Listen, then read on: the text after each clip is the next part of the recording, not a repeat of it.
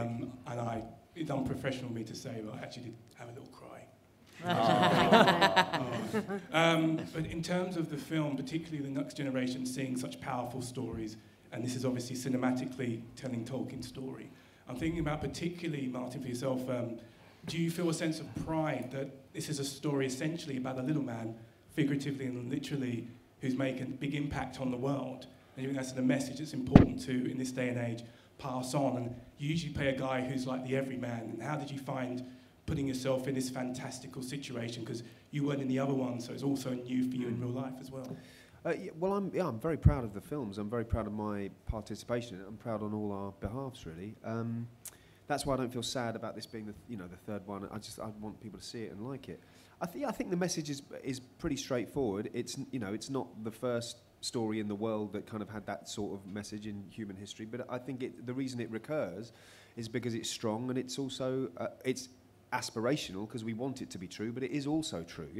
Most actual heroes in the world are not 6'5" and look like Vikings. Most everyday heroes do not look like that. We all know that to be true. Hollywood doesn't always tell us that truth. That's why we think it's surprising that Bilbo could be a hero. Well, actually, most people that we've ever met who we would consider heroic or brave or inspirational don't look like Dolph Lundgren. Do you know what I mean? I mean, don't get me wrong, Dolph is a lovely fella. In fact, they never ever do. No. So yeah, I think it's not the first sort of tale in human history that's told that, but I think it's one that's worth retelling. Yeah. And when you go around New Zealand, where you find a war memorial to the dead in every village, that they're often represented by a statue, sometimes in concrete rather than marble. But it's always of some perfectly ordinary-looking lad, isn't it? I find them extremely moving. And in Lord of the Rings, Frodo doesn't get back home, as most of those lads didn't. But Bilbo does. So in a sense, the Hobbit is a movie with a happy ending. Look, I've got to just say that this cast at the table here, they're responsible for allowing you to connect with their characters, and I just think it was such a wonderfully, skillful to not allow the fact that you're a wizard or you're a hobbit or you're an elf or you're a dwarf to overwhelm the performance. That there was always, everyone here found the truth in the characters that they were playing, so you could connect with an elf or a dwarf or a hobbit, and it was fine. And that was so important that these films had that, and it was going to depend on the skill of the cast, and these guys were superb. So thank you. Yeah, thank you. Gentleman at the back, and then we'll come back down the front, please. There. Over here. Over there at the back. Yeah. Question to Peter Jackson and Andy Serkis.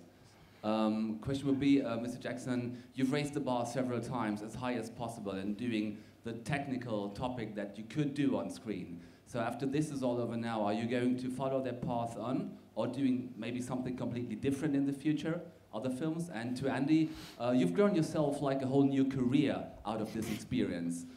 You raised the bar in motion capturing like no one else did. What are you going to do with it in the future? Peter, do you want to go first? I'm just trying to think of how I can help you.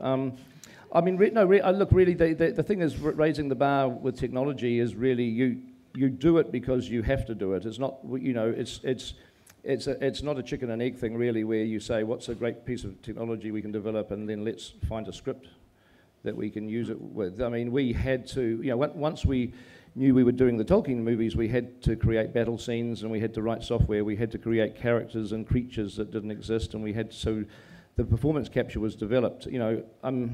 So really, it's always the technology is always driven by the needs of the story that you're telling.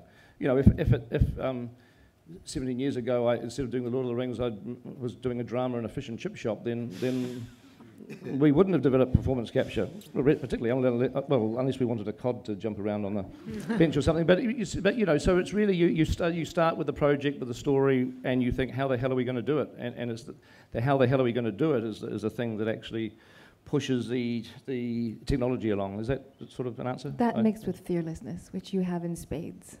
That mixed with fearlessness, which you have in spades. Well, it's not really. It's computer artists. It's fantastic people that are clever. I mean, I can't even I can't even do an email, or you know, I'm an absolute idiot at computers, but fortunately I have a wonderful artist that you know, I just say, now how can we do this? And all these people, these very, very clever people do it. Yeah. Andy? Yeah, I mean, I think you know, performance capture has got an incredible future, and it is a marriage of performance, but it's also this incredible artistry, and also the heritage of artists and a culture. Because I realised, actually, coming back to the UK and working with other visual effects companies, that in fact Weta really have developed the most extraordinary singular pipeline in terms of transferring an actor's performance into an avatar character. And that is something that can be learned all around the world now, to the degree. I mean, it is literally people who have not only they're creating software and technology, but it is artistry. It's the way that the performances are interpolated and transferred from the you know, what is created on set. So, but I mean, Pete's quite right. I mean, for instance, just to answer your question personally, I mean, I'm directing Jungle Book at the moment, and you know, we're creating quadruped animals. Literally, people have said, well, you can't possibly be. You know, how can panthers and tigers and, you know, how can they possibly be played by humans? But in the same way that Smorg and Benedict doing this extraordinary job of giving life and soul and personality to, you know, a 150-foot dragon.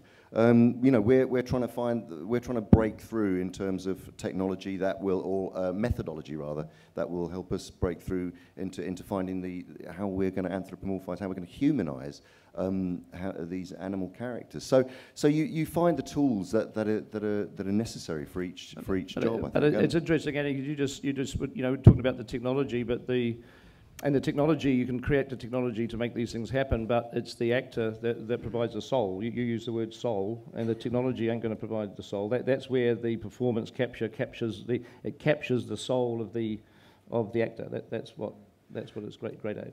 Well, I think that's why it is such an extraordinary combination, really, because it is like what the visual effects team do, the way that they amplify the likes of characters, you know, like Smorg or Gollum or all of those things, is what is revolutionary. It's that you do have that human connection, that you can sense the emotion, all of the choices that the actor makes on the set with the other actors, all of that that you could never previously have the other actors imagine.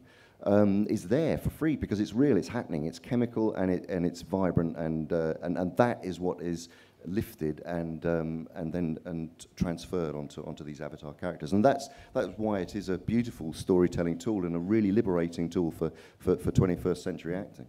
Thank you. To translate, they won't tell you what they're doing next. It's a secret. We'll go down the front then to the middle. Some guys. Question for Peter and Martin. How do you hope, Peter, the film as a whole inspire children and today's generation? And Martin, how do you hope your character will inspire children? Well, I mean, I hope I inspire children to make films. I mean, that's what my hope is, I guess, really. Obviously, you know, the films can inspire people in other ways, I guess. But you know, I'm sitting here today being the result of TV and films I saw as a kid. I mean, Thunderbirds, the King Kong, Ray Harryhausen's movies, they're the reason why I'm here, because they just kind of like, they excited me, they inspired me to just become obsessive about making films. And so I do certainly, you know, it would be a wonderful, wonderful thing if there were young kids today who were getting affected by our films in the same way. I mean, that would be, I'd be extremely proud if that was the case. Yes, so would I. Yeah, I mean, any effect you can have on an audience, or almost if it's good or bad, I mean, we'd rather have a good one, but any effect you can have on people is a plus. That's ultimately why we're doing it. It's why we're not doing it just in our bedrooms. You want to touch people, you want to communicate something in some way. I hope to inspire children to be obsessed over jewellery. And never give it back to their mums. Gentleman in the middle there, you've got a microphone. Yes, hello. My name is Carl, I'm from Sweden. I have actually two questions for Mr. Jackson, and they both concern, the character of Beorn. You've chosen to play down his role in the final battle. Instead, you emphasize the fights between the Orc warlords and Legolas and Tauriel and that whole bit, which obviously I can see why. There's a beautiful ending to that love story. There are great action scenes. But I'd like you to elaborate a bit on why you've chosen to, you know, take that path with a story. And second question concerns Beyond as well. Last year, around this time, in Berlin, I also asked you about Beyond. Obviously, it's played by a Swedish actor. I was interrogated. Yes. Yes, you were. And now I'm going to pay the price. Yeah. Yes. You, No, that time yes. you told me that he was going to get more time in this film. Did I? No, I think somebody impersonating me must have said that. Somebody who looks exactly like me. Look, Bayon in the Book of the Hobbit, he plays a very, very similar role to what he does in the film. It's he's a character that shows up at the very end of the battle. I mean, he's in this particular section of the book, so it's not really that different to the book.